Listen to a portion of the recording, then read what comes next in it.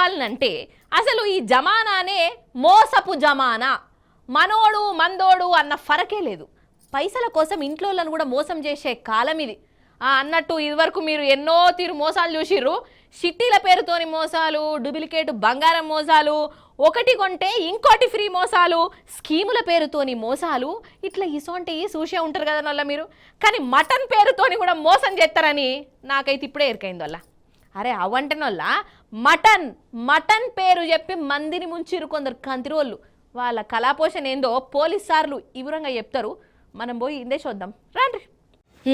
Direct ముచ్చట్లకే పోదామా?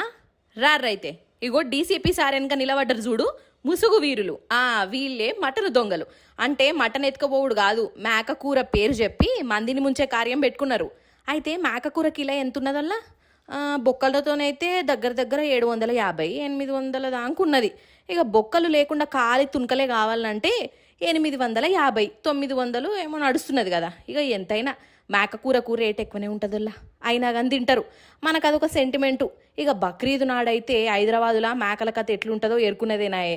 అయితే ఈ వెనకాల నిలబడ్డ ఈ కంతిరోళ్ళు ఇక మేము అగ్వకే మేక మటన్ అమ్ముతాము, మేకలు కూడా అగ్వకే ఇస్తాము అని అడ్వర్టైజ్మెంట్ చేసుకున్నారు.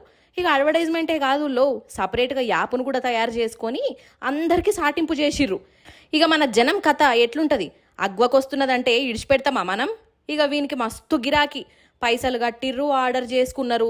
కానీ కూర ఇగచ్చుడు ఆగచ్చుడు బక్రీద్ అయిపోయి ఎన్నొద్దులైతున్నదోల్లా. అగో అప్పుడు బుక్ చేసుకున్న వాళ్ళకి కూడా ఇప్పటిదాకా మేక రాలే, మేక మటను రాలే.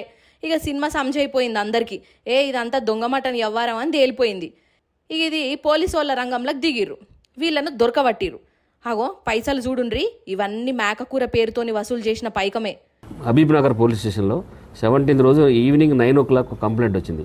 దాంట్లో కంప్లైంట్ ఏంటంటే ఈ బక్రీద్ ఫెస్టివల్కి ఇది కిడ్మత్ ఫౌండేషన్ అని ఒకటి వీళ్ళు రిజిస్టర్ చేశారు. మొహమ్మద్ నజీర్, మొహమ్మద్ జాఫర్ అహ్మద్ అండ్ మొహమ్మద్ అష్ఫాక్ ఒక ఫౌండేషన్ చేసినారు. దీంట్లో యాక్చువల్గా బక్రీద్ పండగకి అందరూ కుర్బానీ చేసి హిసాబ్ ప్రకారం ఇస్తారు కదా. కొంతమంది ఏజ్డ్ పీపుల్ కానీ కొంతమంది బయట తెచ్చుకొని కోసుకోలేని వాళ్ళు ఉంటారు కదా, కుర్బానీ ఇవ్వలేని అంటే వీళ్ళకి మనీ ఇస్తారు. ఒక యూనిట్కి 2800 రూపీస్ లెక్క వాళ్ళకి. ఒక్కొక్కళ్ళు 10 units బుక్ చేసినారు, ఒక్కొక్కళ్ళు 5 units బుక్ చేసినారు. అట్లా వీళ్ళు ఆన్లైన్లో పైసలు తీసుకున్నారు, కొంతమంది దగ్గర డైరెక్ట్ తీసుకున్నారు, కొంతమంది దగ్గర గూగుల్ పే ద్వారా తీసుకున్నారు. ఓన్లీ మన మల్లెపల్లి ఏరియాలోనే 421 మెంబర్స్ దగ్గర మనీ కలెక్ట్ చేసినారు. అట్లా సిటీ మొత్తం మీద కూడా దాదాపు వీళ్ళు 2179 మంది దగ్గర టోటల్గా మనీ కలెక్ట్ చేసినారు. వీళ్ళ ముగ్గురిని పట్టుకోవడం జరిగింది. ఇప్పుడు 23 lakhs రికవర్ చేసి ఇవన్నీ కూడా వీళ్ళని ఈరోజు మనం కోర్టులో ప్రొడ్యూస్ చేయడం జరిగింది. అయితే పబ్లిక్ చెప్పేది ఏంటంటే ఇట్లాంటి వాళ్ళు చెప్పే మాటలు నమ్మొద్దు. ఎవరైనా కూడా మోసం చేస్తారు.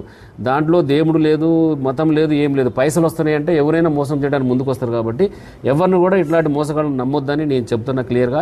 చూసిన రానోళ్ళ ఇగో గిట్ల మోపైనరు మోసగాళ్ళు. సందు దొరికితే చాలు మోసం చేసేందుకు అస్సలు వెనకాడతలేరు కదా. ఏ పని ముంగట పెట్టుకున్నా అందులో మోసమే బయట పడుతున్నది. ఏం జమానానో ఏం పాడో పాటు.